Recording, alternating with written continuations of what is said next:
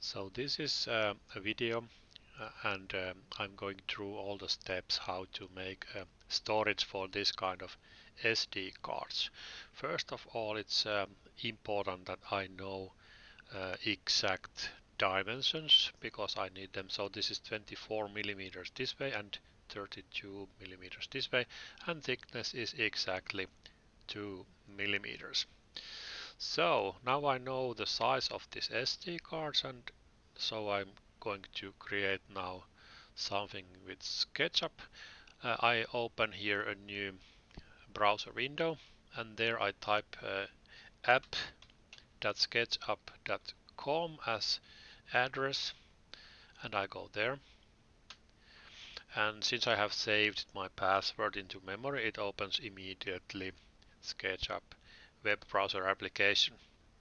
And here I have some templates, and I can choose decimal millimeter template, which is most useful in most cases. So decimal millimeters, that defines my unit settings. I could go to unit settings also here, clicking this model info, this I here, and here I can choose what precision I want to use, and I'm using millimeters. Maybe I want to see quite precise values like here, and snap interval could be 0.1 millimeters because I'm doing extremely small object, and this is good snap interval in this case. And then I start creating. I can zoom closer by scrolling mouse scroll wheel, and I can turn around this viewpoint so that I hold down mouse middle button or scroll wheel. If I push it down and move mouse, so I can orbit like here. I try to take approximately side view, and now I start creating first a rectangle. So I take rectangle tool and I click the origin for start point, and I move mouse something like here. And now it is also possible to type dimensions, so I don't have to click with mouse, I can type, and now I type 24, 32, enter, and tiny little rectangle is there, and now that is the size of SD card. And next step what I'm going to do is offset. Offset makes parallel lines around existing lines. And let's find offset tool, and I guess it's here. So clicking this tool gives you 3 different choices, and this one is offset tool. Also F keyboard shortcut is doing the same. And then you can click inside this surface, click, and now I move mouse a little bit outside and I type 0, 2, enter. Oh, nothing is happening. 0.2, enter, sorry. And if I zoom close now, I can see that there's this little gap between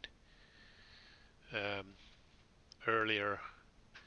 So it was 0.2 millimeters bigger, this new rectangle, and I'm going to use that as dimension because I wanted to make this a little bit bigger than the actual SD card, just to give some clearance for this object. Next step what I do is offset again. I click here inside again and I move outside, and now I type 1, enter. So I was making a new rectangle 1 millimeter outside. And then I use this line tool, and now I could start this line somewhere here. Of course, if I want to measure exactly, I could take this tape measure tool and start measuring here, click, and then I move upwards, and now I type 20, enter. So that made me a guideline which helps me to draw this line to exact position. Actually, it's not important that this is so exactly in the right position, but now it will be 20 units measured from that bottom line. And I click here and I click here, and then I will erase some things I don't need. I take eraser tool or type E from keyboard. I erase this one.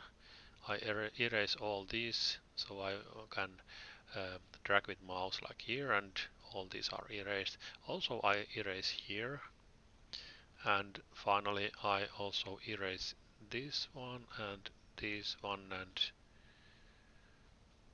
also these, and one more here. And I leave that portion, and then I take push pull tool to make this 3D object. And push pull tool can be found over here.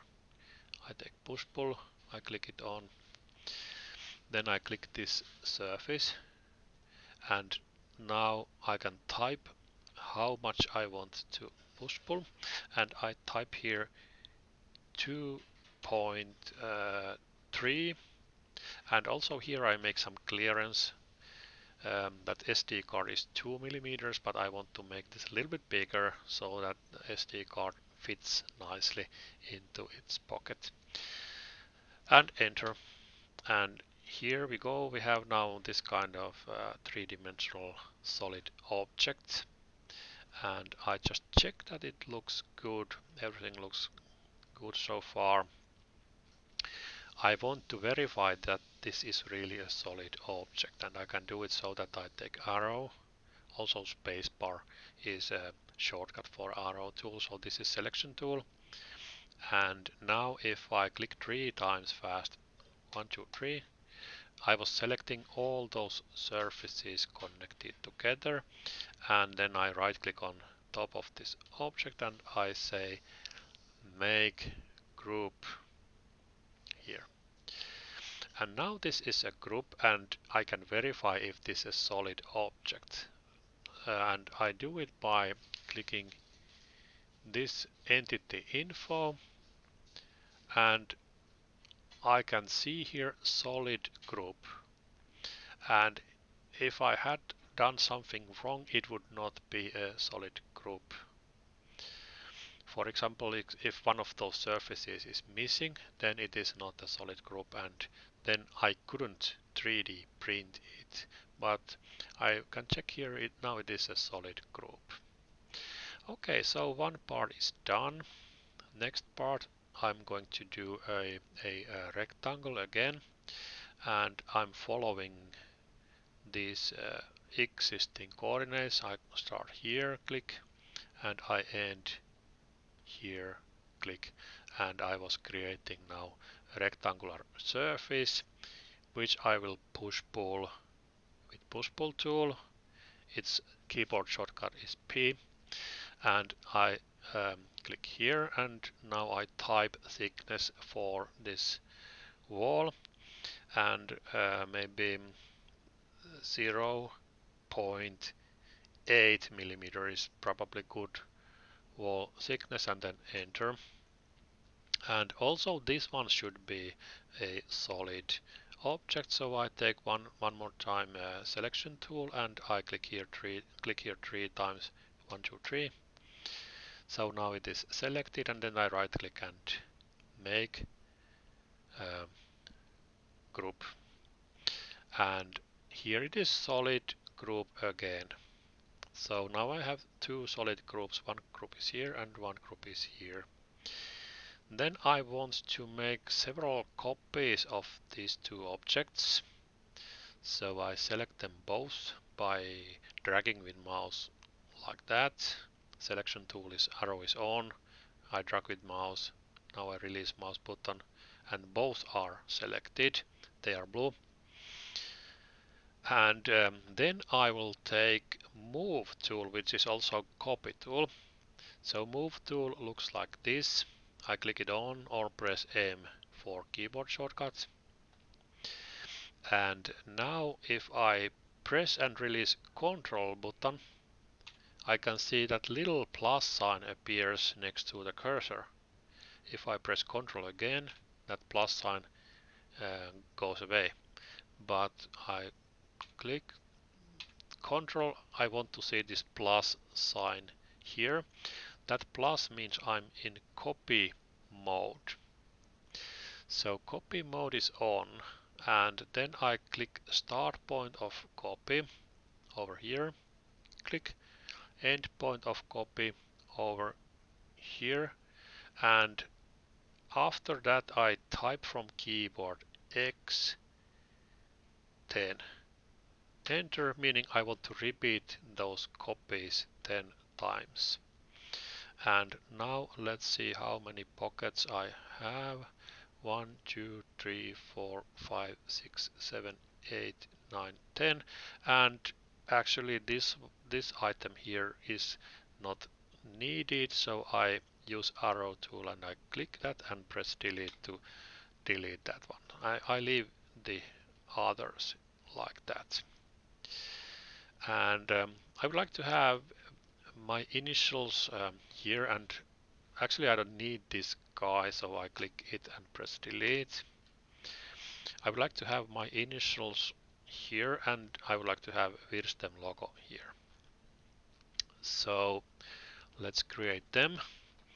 I go to 3D text tool, and let's see if I can find it here. Oh, here it is. If you click this rectangle, then you can find 3D text tool here. I click it on and I put my initials,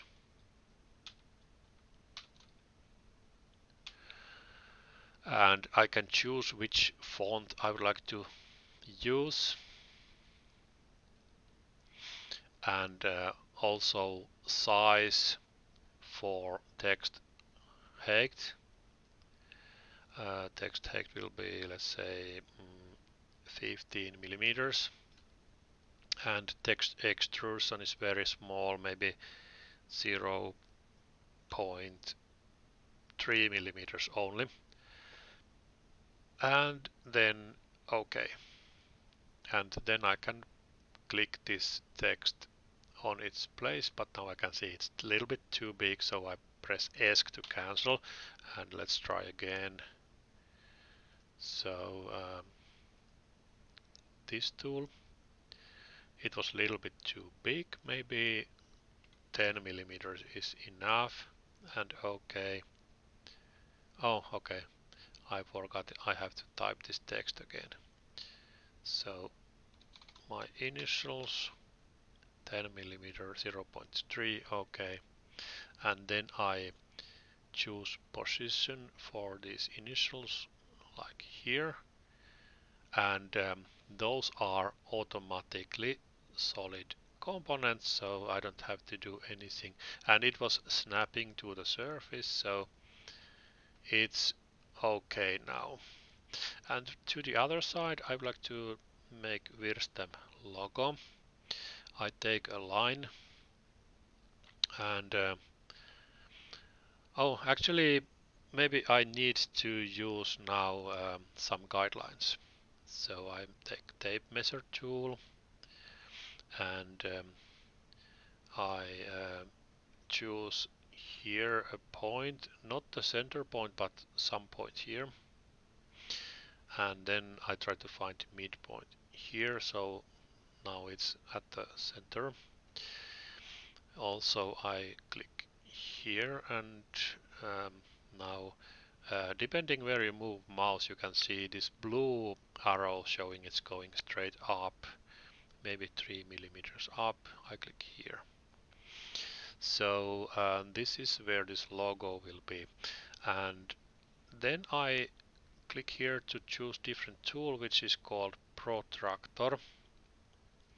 And Protractor is a tool to make guidelines with some specific angles. I click here, click, and then where I start measuring angle from, I click here, and now I would like to have angle of um, angle of 60 degrees. So I click here. You can see it's snapping nicely, and 60 degrees is here. And I click here again. Now I click this way, start angle, and then I move here and it's snapping to 60 degrees like here. So I click again, and here I have appropriate angles. I take tape measure tool again. I click here, and then I move up, and if I'm moving up I can see blue arrow. If I'm moving to some wrong direction, that blue arrow can't be seen. But this blue arrow or blue line shows me I'm going straight up. And let's make this 13 millimeters, like here. So now I have these guides, and then I can do lines with pen tool, and I click here, here, here, and here. Next thing what I want to do is I want to measure 45 degrees, so I take once again this protractor tool. Now I click here. If this turns blue, it's at the wrong angle, but if it's green, then it's correct. I click here. Now I click here, and then 45 degrees is here. I can see here the angle, so 45 is now like that. And another guide from here to here, and 45 is here. And then I make some more lines.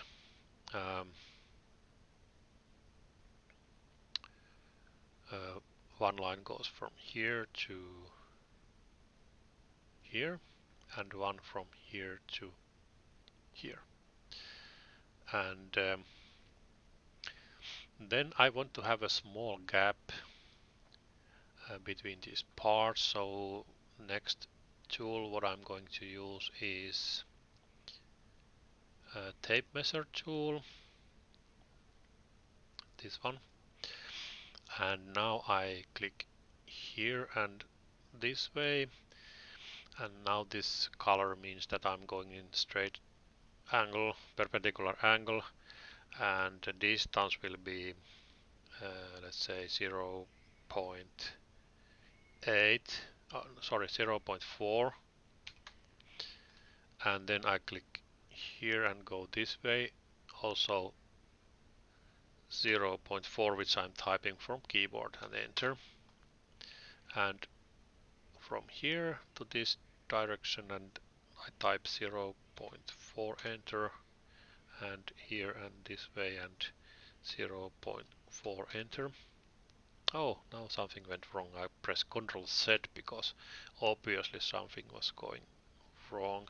I try again. I click here, this direction, then I type 0.4, enter. Now it's better. This looks like this is quite big gap, but when you are 3D printing something, those objects usually expand a little bit, and you want to make all gaps a little bit larger than they actually are to get good result. Now I'm using line tool again, and I'm following these guides. It will snap to those corners. So I'm following these guides and snapping to corners like that, and here I have all the lines I need. And then I don't need any guides anymore.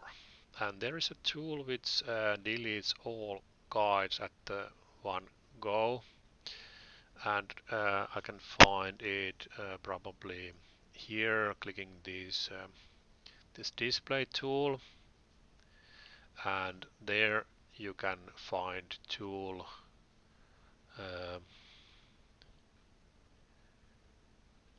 deleting all the guides. Where is it? Maybe I'm in wrong menu anyway. Oh, here, delete all guides. This one deletes all the guides. You don't have to select them all and then press delete. You just click here and all guides are deleted.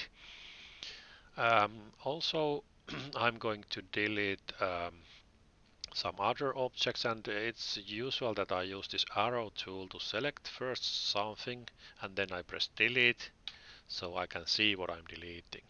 So I select, click, I verify it's the right object, then I press delete. And also this little piece of line is selected and deleted, and this one and delete, and this one and delete, and this, and oops, no, I was deleting something else. I press Ctrl Z and I go back. So this, how to select, oh, okay, now it was the right object, and delete, and this one and delete. And those remaining are now surfaces, and they can be then push pulled. I push pull this surface this way, and I type 0.3 millimeters. I push pull this one and this way, and 0.3 millimeters, and this one and 0.3. So now this Wirstem logo is a little bit getting out of the surface, and here I think this is ready. Now we just have to create STL file. To do it, I go here, export, and STL, where is it? Um, STL, where is it? Is it then? Oh, it's here. Download STL. Okay, here we find a way to convert this into STL file and download it for 3D printing purposes. And now it should be downloading. You just give file a name. Wirstem SD card storage, like here, and save. And this can be 3D printed with any standard 3D printer slicer software and 3D printer. And okay, that's it. That's how you create something for 3D printing.